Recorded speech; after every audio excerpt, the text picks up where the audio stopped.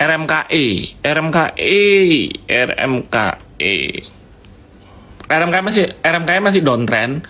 Teman-teman kalau mau masuk lebih baik antri di angka 760, jangan di angka 800, jangan di atas angka 800 maksud saya. Karena ya mungkin hari ini dia kayaknya dia bergerak rebound nih dari supportnya. Kalau misalkan mau masuk sekarang, masuknya jangan ngabisin peluru. Karena saya mention berulang-ulang di hari ini, lebih baik kita siapin peluru dibuat di hari Kamis. Karena laporan di hari Kamis itu untuk datanya yang suku bunganya The Fed itu bisa jadi katalis buat market itu bakal bergerak ke arah mana gitu. Jadi jangan dihabisin di hari besok karena kemungkinan juga tradingan itu bakal cukup seki gitu. TAPG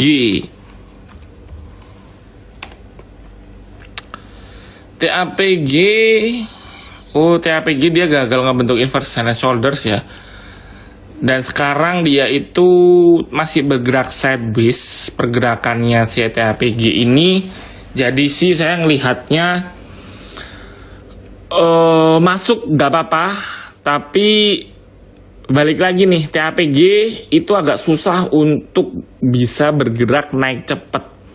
Jadi harus sabar kalau teman-teman mau coba trading di TAPG ini. Nggak bisa satu hari jebret naik dapat 5%, 10% itu agak susah. Tapi kalau teman-teman mau sabar ya nggak apa-apa, masuk aja di TAPG gitu. Antam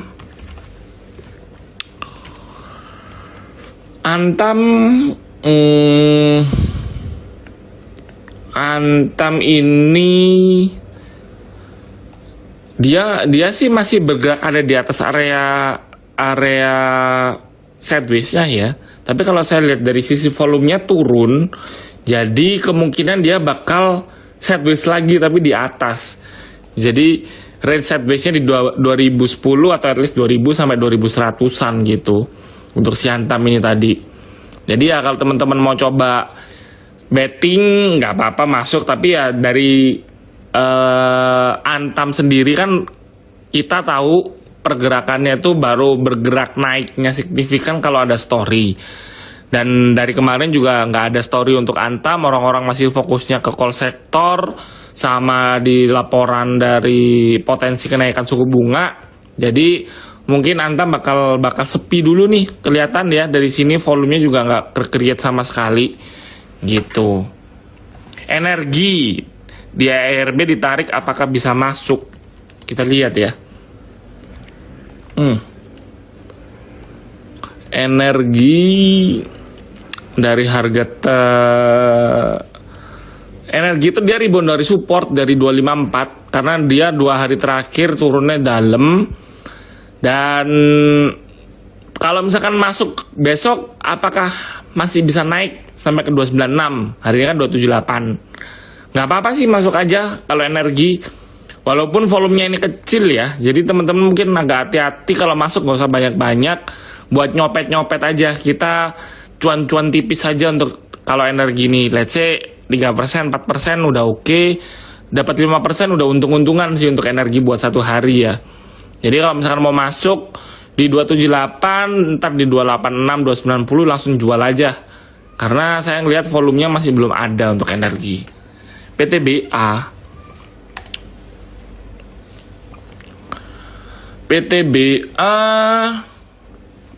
masih bergerak uptrend. Jadi kalau teman-teman mau masuk itu nggak apa-apa. Karena harusnya PTBA ini dia rebound dari support. Karena PTBA juga kan bergeraknya itu di dekat-dekat MA20-nya terus ya. Jadi teman-teman kalau mau masuk PTBA masih oke. Di hari ini berapa sih? Tutupan 4.200 ya. Antri aja besok di 4.200. Tapi kalau ternyata dia makin turun, harus siap-siap cut loss aja di 41 berapa ya? 4140, let's say 41430. Itu harus berani cut loss untuk PTBA. ESA sama Doit. ESA dulu ya. ESA masih bergerak. Agak hati-hati yang punya ESA. Karena uptrendnya kayaknya udah selesai. Jadi dia mulai bergerak turun. Jadi yang kemarin ngikutin saya rekomendasi buy lebih baik dijual dulu karena dia udah jebol supportnya di angka 10.90. Itu untuk ESA. Doitnya gimana Doit? Doit agak jelek ya candlenya ya. Hati-hati aja yang punya Doit. Kalau misalkan mau masuk, saya lebih berani masuk Doit ketimbang ESA tadi. Karena level supportnya Doit itu lebih jelas ketimbang ESA ya. Jadi supportnya Doit di 404. Kalau turun dia bergerak sideways lagi sampai ke 352 untuk supportnya. Sedangkan ESA tadi kan potensi turunnya lebih dalam nih. Gitu. Antam tadi udah saya bahas. Lebih baik tunggu ada berita menarik aja. TINS. Kita lihat TINS. Saham TINS. Antamnya kan sudah. TINS-nya jelek, TINS-nya masih jelek, dia keluar dari area downtrendnya, maksud saya keluar dari area sideways-nya, dia jebol. Kalau jebol turun bisa sampai ke berapa? 1275 di bawah 1300. Jadi lebih baik dihindari dulu untuk TINS. Terus ada lagi apa nih? Harum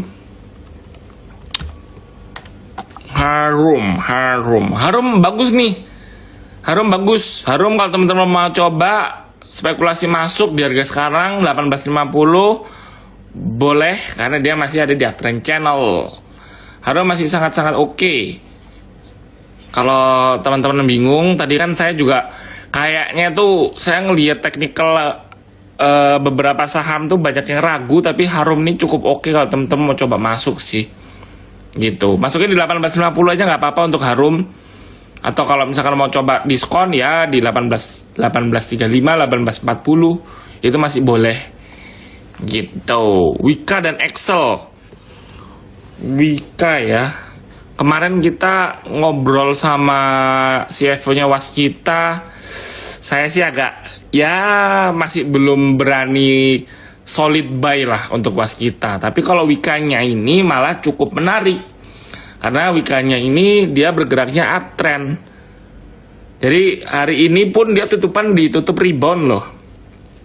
Jadi dia deketin angka EMA 20-nya malah ditutup naik, dikatrol naik. Teman-teman kalau masuk nggak apa-apa. Untuk resistennya Wika itu di 11.50. Jadi hari ini kan tutup 10.95. Ya lumayan lah 50 poin kalau buat trading jangka pendek. Ini 2 hari juga bisa ke achieve kok untuk Wika ke angka 11.50. Leat sama Wins. Wah, ini tadi saya ngebahas dikit ya untuk saham-saham pengiriman batu baranya. Karena batu baranya kan udah cukup premium ya harga-harga sahamnya. Jadi orang-orang udah mulai beralih nih. Yang masih mendapatkan atau kecipratan sentimen positif dari komoditas batubara selain yang jualan batubara kan kontraktornya. Selain kontraktornya ya yang ngirim batubaranya. Si Leat ini salah satunya. Tapi kalau secara teknikal memang dia ini koreksi karena udah naiknya kebablasan naiknya nih. Jadi kalau teman-teman mau coba lihat, Leat ini adalah saham yang udah lama tidur. Jadi memang pergerakan Leat itu interesting poinnya itu deket-deket angka 100. Hari ini kan masih di 81 nih. Ya kalau mau spekulasi buy masuk di 81 atau 80 dekat-dekat angka 100 langsung harus jual sih kalau untuk Leat. Wins juga sama. Wins itu pergerakannya juga mirip ya. Orang-orang sudah mulai beralih nih. Udah mulai pada spekulasi, udah bosen trading di saham-saham batubara, udah bosen trading di saham-saham bakery chips, udah mulai cari kira-kira mana nih yang masih memiliki harga yang masih murah dan ya dalam tanda kutip masih bisa beggar ya, salah satunya si Wins sama si Leat ini. Kalau kita lihat Leat itu secara fundamental kan masih nggak begitu menarik ya, sedangkan Wins ini jauh lebih bagus.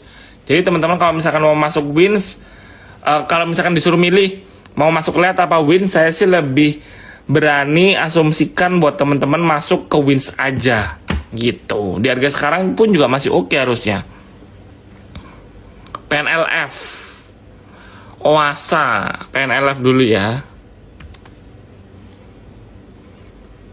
PNLF dia udah di harga tinggi, jadi menurut saya dia udah wajar untuk terkoreksi. Kalau teman-teman masih belum punya, lebih baik tunggu di bawah.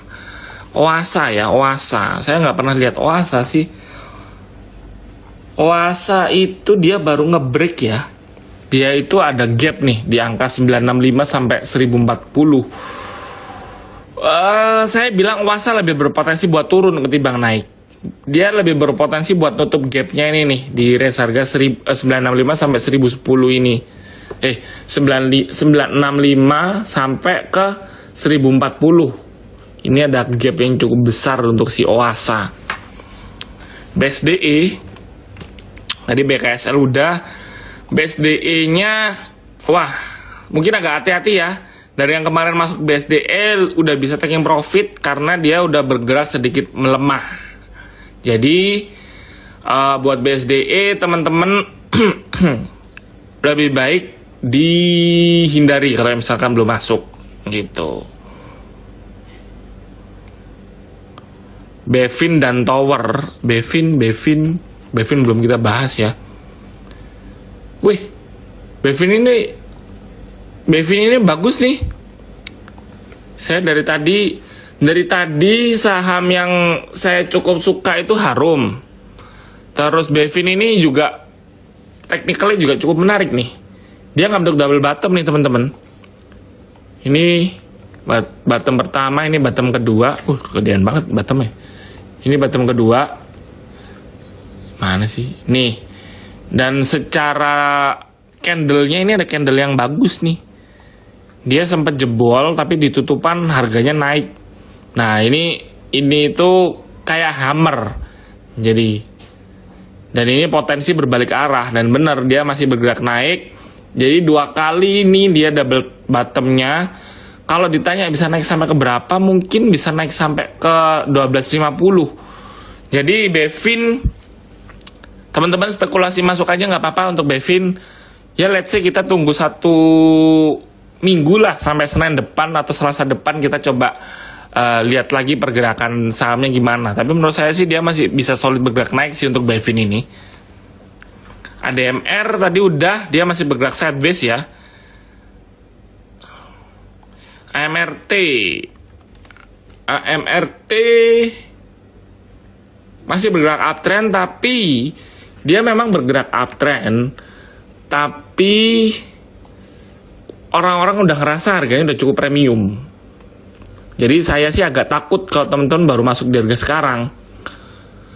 Jadi kalau misalkan udah koleksi, let's say udah beli di 2100 atau di 2200, lebih baik kita taking profit aja dulu.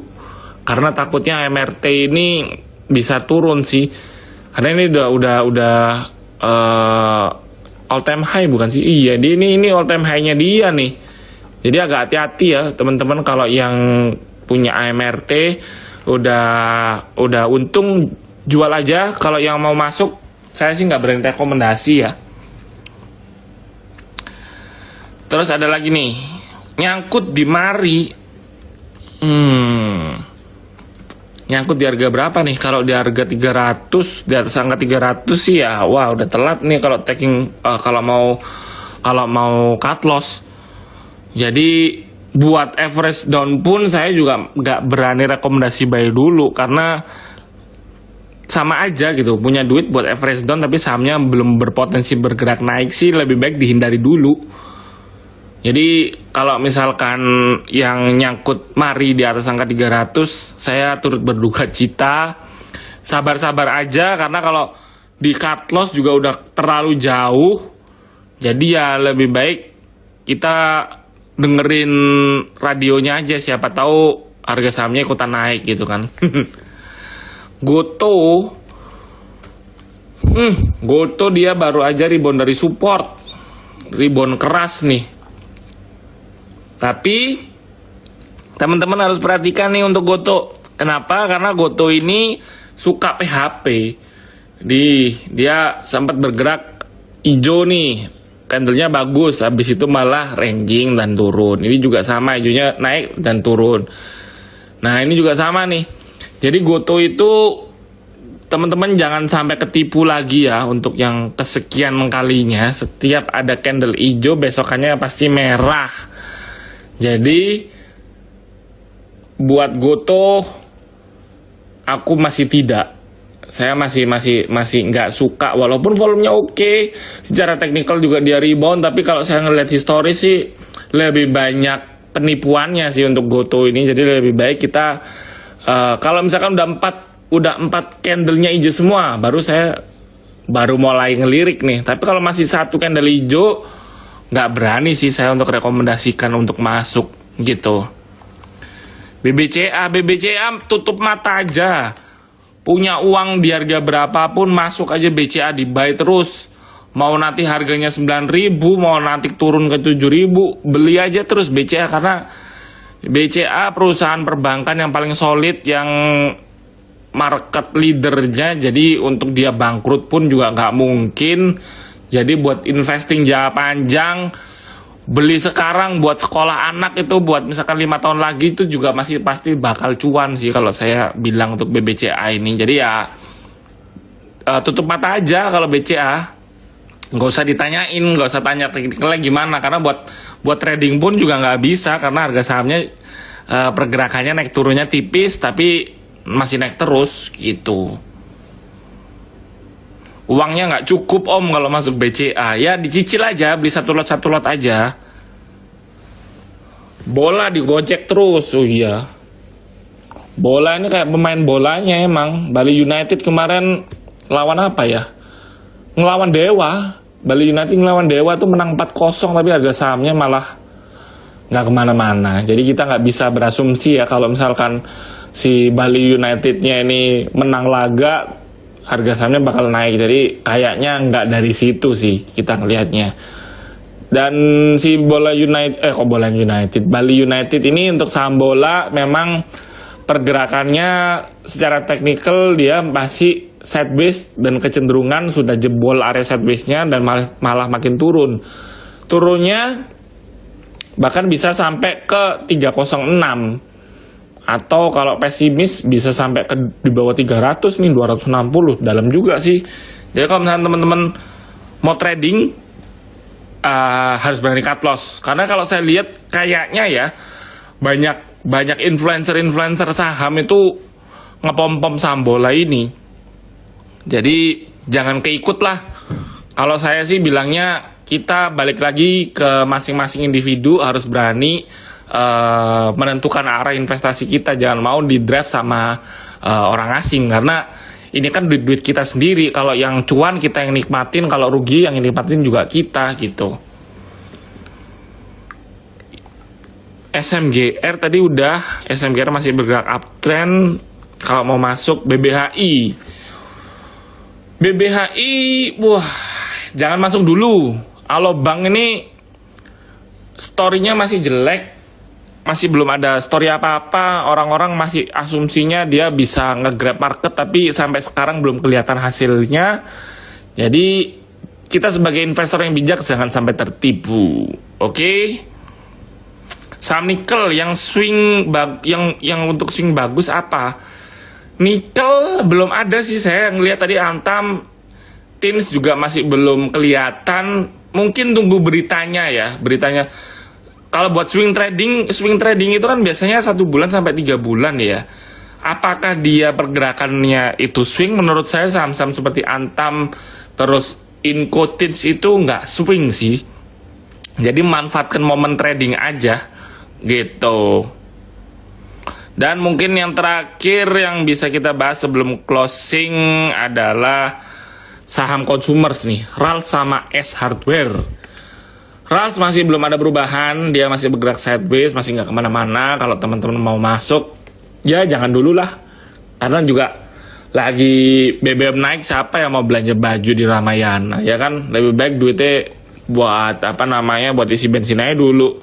S Hardware gimana? Harusnya sama nih. Nah, bener kan, malah bergerak downtrend kalau S Hardware. Jadi untuk sektor konsumer, karena harga BBM-nya masih naik, itu sedikit dihindari, tapi kalau kita ngomongin tahun 2023 karena tahun depan itu adalah tahun politik, harusnya sektor konsumer itu dapat dapat suntikan lah dari pemerintah supaya untuk meningkatkan ekonomi, pertumbuhan ekonomi yang ada di Indonesia. Jadi